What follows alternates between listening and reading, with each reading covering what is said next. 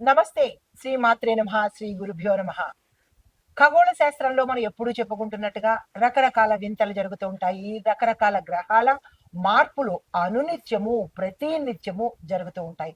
అయితే ఇప్పుడు మనకి రాబోయే అనగా మే నెలలో 14వ తారీఖు రాత్రి 11:20 మనకి మిథున రాశిలోకి బృహస్పతి ప్రవేశం జరుగుతోంది. అంటే దేవగురువు బృహస్పతి మిథున రాశిలోకి ప్రవేశించబోతున్నాడు.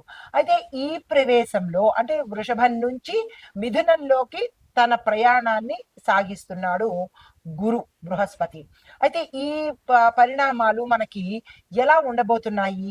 ఈ బృహస్పతి ప్రవేశం వల్ల ఏ రాశులకు మంచి జరుగుతుంది, ఏ రాశులకు ఎలాంటి ప్రభావాలు చూపించబోతున్నారు?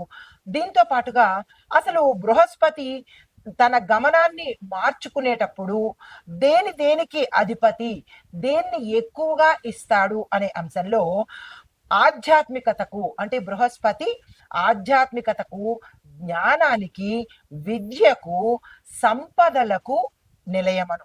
ఈ వీటిని ఎక్కువగా ఇచ్చే ప్రయత్నము తన సంచారంలో ఏ రాసుల్లో జరుగుతున్నాయో ఆయా స్థానాలను బట్టి, ఆ గురు సంచారాన్ని బట్టి వారికి ఆ యోగ్యతలు కలుగుతాయి. అయితే గురువు ప్రతి ఏడాదికి తన యొక్క రాశిని మార్చుకుంటూ ఉంటాడు. ఒక్కొక్క రాశిలోకి ప్రతి ఏడాదికి మారుతుంటాడు. అయితే ఈ మారడము ఒక రాశి నుంచి ఇంకొక రాశికి వెళ్ళేటప్పుడు 12 సంవత్సరాలు పడతాయి. ఈ 12 సంవత్సరాలలో ఎట్లా ఆ వ్యక్తికి గురు మహర్దశన లేదా ఫలితాలు ఎలా ఉండబోతున్నాయి, ఆ గురువు మిగతా గ్రహాలతో కలిసినప్పుడు ఎలాంటి ప్రభావాలు చూపిస్తున్నాడు అనే అంశాన్ని మనము ఇక్కడ సవివరంగా తెలుసుకుందాము. అయితే ఈ సంవత్సరంలో మే 14వ తారీఖున రాత్రి 11:20 మిథున రాశిలోకి బృహస్పతి అడుగు పెడుతున్నాడు. అయితే ఈ ప్రభావము మనకి 12 రాశుల మీద ఎలా ఉండబోతోంది అనే దానికన్నా ముందుగా ఒక్కొక్క రాశికి ఒక్కొక్క ప్రత్యేకత ఉంది. శని గ్రహానికి ఒక ప్రత్యేకత, రవికి ఒక ప్రత్యేకత, అలాగే జ్యోతిష శాస్త్రంలోనూ ఖగోళంలోనూ కూడా ఈ గ్రహాలకు రాశులకు తనదైన విశిష్టతమైన స్థానం ఉండబోతుంది. అయితే ఈ స్థానాలలో ఒక్కొక్క గ్రహము ఎలాగ మనకి ఎటువంటి ఫలితాలు ఇస్తూ ఉంటారు. ప్రత్యేకంగా గురుగ్రహము ఈ నవగ్రహాలలో విశిష్టమైన స్థానము గురుగ్రహానికి ఉంటుంది. దేవగురు కాబట్టి ఈ గ్రహాలలో కూడా బృహస్పతికి ప్రత్యేకమైన స్థానం ఉంటుంది. ఈ స్థానాలు మనిషి మీద కాకుండా దేశం మీద, ప్రకృతి మీద, రాజకీయాల మీద, వ్యవసాయం మీద, ఇలా ప్రతి ఒక్క ఆర్థిక వ్యవస్థ మీద, ఇలా ప్రతి ఒక్క వ్యవస్థ మీద, పశుపక్షాదుల మీద కూడా ఇలా ప్రతి ఒక్క అంశంలోనూ తనదైన ఫలితాలను, ప్రభావాన్ని చూపించబోతున్నాడు మిథున రాశిలోకి వెళ్ళబోయే బృహస్పతి. అయితే ముందుగా మనము ఎలాంటి ఫలితాలు మేషరాశి వారికి ఇవ్వబోతున్నారు అనే అంశాన్ని పరిశీలించే దానికన్నా ముందు తదుపరి రాశి వృశ్చిక రాశి. ఈ రాశిలో ఉండే వ్యక్తులు గురు బలం వల్ల ఉమ్మడి వ్యాపారాలు చేయాలన్నా, భాగస్వామ్య ఒప్పందాల మీద సంతకాలు పెట్టుకోవాలన్నా, లేదా ఆర్థిక ప్రయోజనాలకు సంబంధించి పెట్టుబడులు పెట్టాలన్నా, ఇలా ధనానికి సంబంధించినటువంటివి, వ్యాపారానికి సంబంధించినటువంటి ఏ ప్రక్రియ చేసుకున్నా, ఏ పని చేసినా మీకు ఈ సమయంలో గురుబలం పెరిగి ఎక్కువగా వచ్చే అవకాశము అంటే 10 దగ్గర 100 వచ్చే అవకాశాలు గురుబలం వల్ల కలగబోతోంది. దీంతో పాటు వ్యాపారంలో ఎవరైనా పెట్టుబడులు పెట్టాలి అనుకుంటే ఇది కరెక్ట్ సమయము. ఈ సమయాన్ని వృధా చేసుకోకండి. తర్వాత భాగస్వామ్యంలోను వారసత్వ సంబంధాల్లో కూడా మీరు నమ్మకాన్ని లేదా ట్రాన్స్పరెన్సీని అమలు చేసేటట్టుగా పెట్టుకోండి. అంటే హైడ్ చేయడమో, మోసం చెయ్యడమో ఇలాంటివి ఈ సమయంలో కనుక ఎవరైతే పాల్పడతారో అంటే నమ్మిన వ్యక్తులను ఎవరైతే మోసం చేయడమో, లేదా మీ యొక్క వ్యాపార సంస్థల్లో కావచ్చు, లేదా సామాన్య జనజీవనంలో కావచ్చు, వీటిని కోల్పోకుండా కాపాడుకునే ప్రయత్నం చేయండి. నమ్ముతున్నారు కాబట్టి నమ్మిన వాళ్ళనే మోసం చెయ్యాలి అనే దృక్పథంలోంచి బయటకు వచ్చినట్టయితే అన్ని రకాలుగా బాగుంటుంది. లేదు అంటే కనుక ఈ గురుబలంలో మీరు చాలా రకాలుగా తెలియని గురువు ఎంత సంపదలిస్తాడో అంత అట్టడుగు కూడా తీసుకువెళ్ళే స్థాయి గురువుకుంది. కాబట్టి దాన్ని మీరు జాగ్రత్తగా కాపాడుకునే ప్రయత్నం చేయండి. నమ్మకము, పారదర్శకత అంటే ట్రాన్స్‌పరెన్సీని మీరు అలవాటు చేసుకునే ప్రయత్నం చేసుకోండి. దీంతో పాటుగా అనారోగ్యంతో బాధపడే అవకాశము ఈ రాశిలో ఉండేవారికి చాలా స్పష్టంగా కనపడుతోంది. జాగ్రత్తలు తప్పనిసరిగా తీసుకోండి.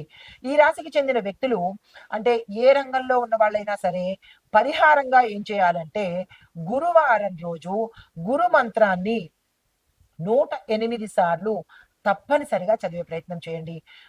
2 మంత్రాలను ఇవ్వబోతున్నాను. ఒకటి బీజ మంత్రము, ఒకటి చిన్న మంత్రము. బీజ మంత్రము పలకగలిగిన వాళ్ళు, పండితులు లేదా అంటే అనుష్ఠానం చెయ్యగలిగిన వాళ్ళు ఆ మంత్రాన్ని చదువుకోండి. మాకు నోరు తిరగదు అని అనుకున్న వాళ్ళు చిన్ని మంత్రాన్ని చదువుకోండి. ఓం గ్రాం గ్రీం గ్రౌం సహ గురవే నమః ఈ మంత్రాన్ని చదవగలిగిన వాళ్ళు చదువుకోండి. మాకు నోరు తిరగదు అని అనుకున్న వాళ్ళు ఓం గుం గురవే నమః అనే ఈ చిన్ని మంత్రాన్ని 108 సార్లు గురువార నియమాలతో తప్పనిసరిగా చదువుకోండి. దీంతో పాటుగా పసుపు వస్త్రాలు కానీ, గోధుమ రంగు వస్త్రాలను కానీ ధరించి మీరు ఏ నిర్ణయం తీసుకున్నా, ఏ పనికి వెళ్ళినా సక్సెస్ అయ్యే అవకాశము, గురుబలం తోడయ్యే అవకాశము గోచరిస్తోంది. ఇది ఈ రాశిలో ఉండే వారికి చెప్పదగిన గురు సంచార ఫలితాలు, పరిహారాలు, సూచనలు, మంత్రాలు. నమస్తే. అయితే మనకి మే 14 రాత్రి 10:20 లేదా 36 నుంచి అక్టోబర్ 18 సాయంత్రం 7:36 వరకు గురు వక్ర స్థితిలో మిథున రాశిలో సంచరిస్తూ ఉండడం వల్ల మనకి వ్యవసాయము ఇందాక మనం చెప్పుకున్నవి రాశుల ఫలితాలు. ఇప్పుడేంటంటే వ్యవసాయము, వాణిజ్యము, రాజకీయ, ఆర్థిక, ప్రకృతి, కాలమానం ప్రకారము, దేశ రాజ్యాంగ స్థితిగతులు, సామాజిక వ్యవస్థ ఎలా ఉండబోతోంది అనేది ఈ గురు వక్ర స్థితిలో సంచార ఫలితాలు చెప్పబోతున్నాను. ఒక్కొక్కటిగా పరిశీలన చేద్దాము. ముందుగా వ్యవసాయ రంగంలో ఉన్న వాళ్ళకి ఈ గురువు మిథున రాశిలో ప్రవేశించడం వల్ల పురాతన రైతు పద్ధతుల కన్నా అంటే మీరు వ్యవసాయం చేసే పాత పద్ధతుల కన్నా కొత్త పద్ధతులను అంటే డ్రోన్స్, స్మార్ట్ ఇరిగేషను, డిజిటల్ ఫెర్టిలైజేషను ఇలాంటివి కనుక అనుసరిస్తే వ్యవసాయము విశేషంగా వృద్ధి చెందుతుంది. కానీ చెడు ఫలితాలు ఏంటంటే విత్తనాల కొరత ఏర్పడుతుంది. రైతులకు శిక్షణ కార్యక్రమాలు కొత్త దిశలో ప్రవేశపెట్టాలి. అయితే కొన్ని రాష్ట్రాల్లో వర్షాలు ఆలస్యంగా లేదా అసలు అధిక వర్షం వల్ల కొంచెం ఇబ్బంది పడే అవకాశము, నష్టపోయే అవకాశము ఈ గురు సంచారంలో కలుగుతోంది. ధాన్యాలు, పప్పు ధాన్యాలు, పళ్ళ సాగులు, పూల సాగులో కనుక మీరు వేసినట్టయితే రైతులకు విశేషమైన లాభాలు వచ్చే అవకాశం ఉంది. గుర్తుపెట్టుకోండి. విత్తనాల యొక్క ధర పెరగడం వల్ల రైతులకు నష్టాలు వచ్చే అవకాశం కూడా కనబడుతోంది. దానికి తగ్గ ప్రత్యామ్నాయాలు చూసుకోండి. ప్రభుత్వము నష్టపరిహారాల యొక్క ప్యాకేజీ కూడా ఈ సమయంలో మీకు ప్రకటించవచ్చు. దాన్ని ఉపయోగించుకునే ప్రయత్నం ప్రతి ఒక్క రైతు చేయండి. ఇది వ్యవసాయ పరంగా. అయితే మీకు చెప్పదగిన ఉపాయం కూడా చెప్తున్నాను, దాన్ని పాటించుకోండి. నల్ల గోధుమ విత్తనాలపై బృహస్పతిని పూజించి సాగు ప్రారంభించండి.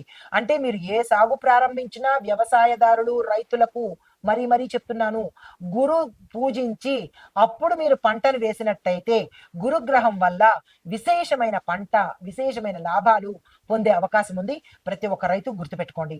అయితే వాణిజ్యపరంగా చూసినట్టయితే, వాణిజ్యం అంటే బిజినెస్ అండ్ ఫైనాన్స్ రెండూ చూసినట్టయితే కనుక గురు మిథునంలో ఉండడం వల్ల వాణిజ్య సంబంధాలు మరీ ముఖ్యంగా ఎక్స్పోర్ట్, ఇంపోర్ట్ రంగము చాలా ఆశాజనకంగా ఉండబోతోంది. డిజిటల్ వ్యాపారాలు, ఈ commerce, logistics, edutech, health tech ఇలాంటి రంగాల్లో పెట్టుబడులు పెట్టినట్టయితే కనుక లాభాల ప్రవాహం చవి చూడస్తారు. అయితే స్టాక్ మార్కెట్లో హెచ్చుతగ్గులు ఉండడం వల్ల ఏమవుతోందంటే ముఖ్యంగా ఇన్ఫర్మేషన్ టెక్నాలజీ, ఫైనాన్సు, ఫార్మా కంపెనీలకు చాలా లాభాలు ఉంటాయి. అంటే ఈ స్పెక్యులేషన్ అంటే ఈ ఫ్లక్చుయేషన్స్ వల్ల స్టాక్ మార్కెట్‌లో హెచ్చుతగ్గుల వల్ల ఈ రంగాల వాళ్ళు విశేషంగా లాభపడతారు. అయితే బిట్ కాయిన్స్, క్రిప్టో కరెన్సీ వంటి అసాధారణ పెట్టుబడుల మీద ఎవరైనా పెట్టినట్టయితే తస్మాత్ జాగ్రత్త. తీవ్రంగా నష్టపోతారు. మానసికంగా కుంగిపోతారు. మళ్ళా చెప్తున్నాను, బిట్ కాయిన్స్, క్రిప్టో కరెన్సీ మీద ఎవ్వరూ పెట్టుబడులు పెట్టుకోకండి. అయితే రైతు మార్కెట్లు, డైరీ ప్రాజెక్టులు కూడా ఈ సమయంలో విశేషంగా బలపడతాయి. మీకు చెప్పదగిన ఉపాయం ఏంటంటే గురువారం రోజు జిగురు, పసుపు, గోధుమలు దానంగా ఇచ్చి మీరు ఏదైనా పని ప్రారంభించుకోండి. తర్వాత రాజకీయ పరిణామాలు అంటే పొలిటికల్‌గా ఎలా ఉండబోతోంది అంటే కనుక ఈ గురు బుధ గ్రహంలో ఆహ్, అంటే బుధుడు రాశి అయిన మిథున రాశిలో సంచారం చేయడం వల్ల పక్షపాత రాజకీయ ఉధృతము ఎక్కువగా ఉంటుంది. ప్రజలలో విచారణ స్వభావము, నాయకత్వ నిరీక్షణ ఏర్పడే అవకాశం కనబడుతోంది. రెండో పాయింట్, మధ్యంతర ఎన్నికలు కూడా సంభవించేందుకు సూచనలు కనబడుతున్నాయి. కొన్ని రాష్ట్రాల్లో గవర్నర్ పాలన కూడా వచ్చే అవకాశం కనబడుతోంది. అయితే 5 రాష్ట్రాల రాజకీయాలు అనగా ఉత్తరప్రదేశ్, పశ్చిమ బెంగాలు, తమిళనాడు, కర్ణాటక, మహారాష్ట్ర, ఈ రాజకీయాలు, ఈ 5 రాష్ట్రాల రాజకీయాలు కీలకంగా మారే అవకాశం కూడా ఈ గురు సంచారం వల్ల గోచరిస్తోంది. అయితే నూతన రాజకీయ నాయకులు, తరువాత యువతలో ఎక్కువగా రాజకీయంలోకి రావాలి అనే అంశాలు గోచరిస్తున్నాయి. అయితే రాజకీయ అంటే జాతీయ వేతన సంఘం వాళ్ళు ఆటోమేషన్ పైన చట్టాలు, సమాజ సేవా రంగాల పైన మార్గదర్శకాలు కూడా వచ్చే అవకాశము ఈ సమయంలో గోచరిస్తోంది. అయితే దీనికి తగ్గ ఉపాయము ఈ వీటిల్లో ఉండేవాళ్ళు ప్రత్యేకంగా మీరు చేసుకోవాలి. బృహస్పతి గాయత్రి అంటే గురు గాయత్రిని 108 సార్లు ఈ వీటిల్లో పనిచేసే వాళ్ళు చదువుకునే ప్రయత్నం తప్పనిసరిగా చేసుకోండి. తర్వాత దేశ పరిస్థితులు ఎలా ఉండబోతున్నాయి అంటే కనుక ఈ గురువు మిథున రాశిలో సంచారం వల్ల భౌగోళికంగా అంటే ఉత్తర భారతము అంటే నార్త్ ఇండియా, హిమాలయ ప్రాంతాల్లో ప్రకృతి రీత్యా విపరీతమైన మార్పులు కనబడుతున్నాయి. అంటే బర్ఫ్ అంటే మంచు కరగడము, భూకంపాలు వచ్చే అవకాశము భౌగోళికంగా గోచరిస్తోంది. రైతు ఉద్యమాలు మళ్ళీ తిరిగి ప్రారంభమయ్యే అవకాశం కనబడుతోంది. ఇది సంస్కారవంతకమైన మార్పులు అంటే మంచి మంచి మార్పులే జరగబోతున్నాయి. అయితే విద్యా విధానంలో పరీక్షల్లో కొత్త రకాన్ని ఇంట్రడ్యూస్ చేయబోతున్నారు. అంటే ఎగ్జామినేషన్ ప్యాటర్న్ మారే అవకాశం కనబడుతోంది. అది ఇంటర్నేషనల్ బోర్డుని అనుసరించేటట్టుగా ఉండబోతోంది అన్నది సూచన.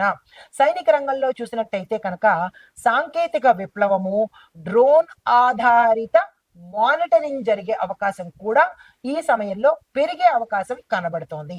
అయితే రక్షణ రంగానికి సంబంధించినటువంటి పెద్ద బడ్జెట్ పెట్టుబడులు లభించే అవకాశం కూడా ఈ సమయంలో గోచరిస్తోంది. తరువాత తుఫాన్లు కనుక చూసినట్టయితే అంటే వాతావరణ పరంగా May, June, October May, June and October మరలా అక్టోబర్లో మధ్య బంగాళాఖాతంలో తుఫాన్లు ఏర్పడే అవకాశం ఉన్నప్పటికీ అవి అంత తీవ్రతంగా ఎక్కువగా ప్రభావాన్ని చూపించలేవు. ఉత్పాతాలైతే ఉన్నాయి కానీ ప్రభావం చాలా తక్కువగా ఉండబోతోంది. అయితే హిమవర్షము అంటే మంచు వర్షాలు ఈ కాలంలో అంటే వేసవి కాలంలో ఎక్కువగా కరిగిపోయి అంటే కొన్ని చోట్ల పల్లపు ప్రాంతాల్లో ఇబ్బందులు తల ఎత్తే అవకాశము, సమస్యలు వచ్చే అవకాశము, ల్యాండ్ స్లైడ్స్ మీద ఎక్కువగా తీవ్రత కలిగే అవకాశము ఈ సమయంలో గోచరిస్తోంది. అయితే మరి ప్రకృతి విపత్తులు ఎలా ఉండబోతున్నాయి అంటే కనుక ఆగస్టు, సెప్టెంబరు సమయంలో పలు రాష్ట్రాల్లో వర్షాలకు సంబంధించిన ఎక్కువగా కలగడము, వరదలు కలగడము, తుఫాన్లు ఏర్పడము జరిగే అవకాశం కనబడుతోంది. తర్వాత 3-4 రాష్ట్రాలలో విస్తృతంగా భారీ వర్షాలు, తద్వారా నీటి ముంపు, నదులు పొంగి పొర్లడము, పంటలు నష్టం పాలవ్వడము, ఇలాంటివి కొన్ని చోట్ల ఇళ్ళు, రహదారులు కూడా దెబ్బతినే అవకాశము గోచరిస్తోంది. అయితే కాలమాన ప్రభావం చూసినట్టయితే దానికి నివారణ చర్యలు తీసుకోవాలి కదా. ముందుగా వర్షాభావాన్ని గుర్తించి విత్తనాలు వేసుకోండి. వీధి వ్యాపారులు, భవన నిర్మాణం చేసే వాళ్ళు ఈ వర్షాల తాకిడి నుంచి రక్షణకు ముందుగా అంటే భవనాలు కూలిపోకుండా ముందస్తు చర్యలు తప్పనిసరిగా తీసుకోండి. ఈ సమయంలో అంటే మనకి మే నుంచి అక్టోబర్ 18 వరకు ఈ ప్రభావము గురు ప్రభావం ఉండబోతోంది కాబట్టి తక్షణమే ఈ చర్యలు జాగ్రత్తలు తీసుకునే ప్రయత్నం చేసుకోండి. అయితే ప్రయాణికులు చూసినట్టయితే మీరు ఈ సమయాన్ని గుర్తెరిగి జాగ్రత్తగా ప్రయాణాలు చేసుకోండి. ప్రయాణానికి సంబంధించిన జాగ్రత్తలు కూడా ముందే ఏర్పాట్లు చేసుకోండి. ఇంకా ప్రభుత్వ పరంగా చూసినట్టయితే ఎన్డీఆర్ఎఫ్ అంటే నేషనల్ డిజాస్టర్ రెస్పాన్స్ ఫోర్స్, దీనికి ఎస్డిఆర్ఎఫ్ ప్రమాద నిర్వహణ శాఖలు పూర్తి అప్రమత్తంగా ఉండాలి. అయితే పల్లె ప్రాంత ప్రజలు రోడ్లు ఈ ఈ మార్గాల గుండా వెళ్ళే వాళ్ళు జాగ్రత్తగా వెళ్ళడం ఒకటి, దాన్ని పునర్నిర్మాణం చేసుకోవడము, మట్టి దారులను జాగ్రత్తగా మంచి స్ట్రాంగ్ దారులుగా చేసుకోవడము, సిమెంట్ దారులుగా ఏర్పాటు చేసుకోవడము, పల్లె ప్రాంతాల్లో ఉన్న వాళ్ళు తప్పనిసరిగా ఈ చర్యలు మీ పెద్దల సహాయంతో తీసుకోండి. ఇవి ఈ గురు ఫలితంగా రాసుల వారికి చెప్పడం జరిగింది. ప్రభుత్వము, ప్రైవేట్ రంగాలు ఇలాగా ఒక్కొక్క అంశాన్ని విశ్లేషించి అందించడం కూడా జరిగింది. దీన్ని జాగ్రత్తగా పాటించుకుని ప్రభుత్వాలు కాదు, ప్రజలు కాదు, ప్రతి ఒక్కళ్ళము జాగ్రత్తగా ఉండి గురుబలాన్ని మంచికి మనము ఉపయోగించుకోవడము, మంచిగా ఉండాలి అని కోరుకుంటూ నమస్తే.